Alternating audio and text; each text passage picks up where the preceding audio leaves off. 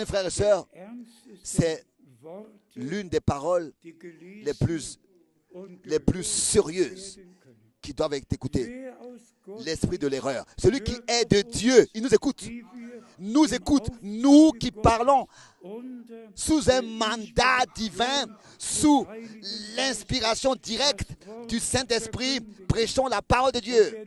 Et celui qui n'est pas de Dieu, il ne nous écoute pas.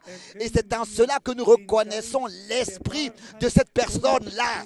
C'est-à-dire, c'est un esprit d'erreur, de mensonge, de tromperie. Celui qui est né de Dieu, comme c'est écrit au verset 7, né de l'esprit et de la parole de Dieu, né de nouveau, pour une espérance vivante.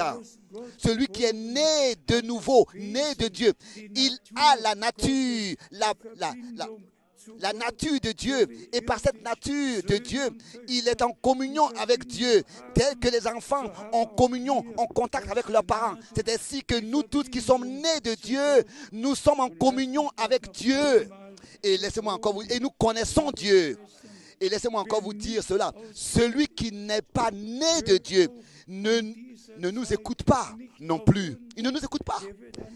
Il va passer, il va mépriser ce que Dieu a révélé. Ça ne l'intéresse même pas ce qui est prêché à Krefeld, est prêché aux centres missionnaires.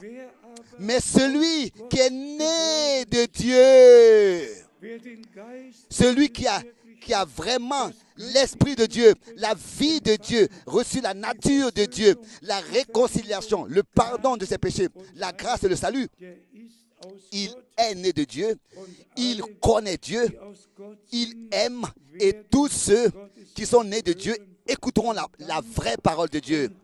Et ensuite, on peut ici faire la différence et dire, c'est en cela que nous connaissons l'esprit de la vérité et l'esprit de l'erreur qui anime cette personne.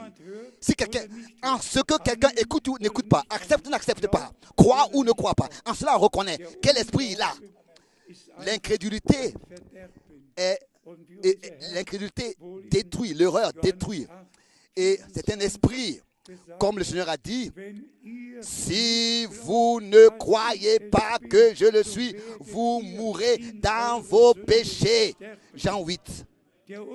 L'incrédulité meurt, nous attire la mort spirituelle sur nous. Et la foi nous lie avec Dieu et accepte et reçoit ce que Dieu a dit dans sa parole. Lisons encore une fois la dernière partie. Celui qui n'est pas de Dieu ne nous écoute pas. C'est par là que nous reconnaissons l'esprit de la vérité et l'esprit de l'erreur.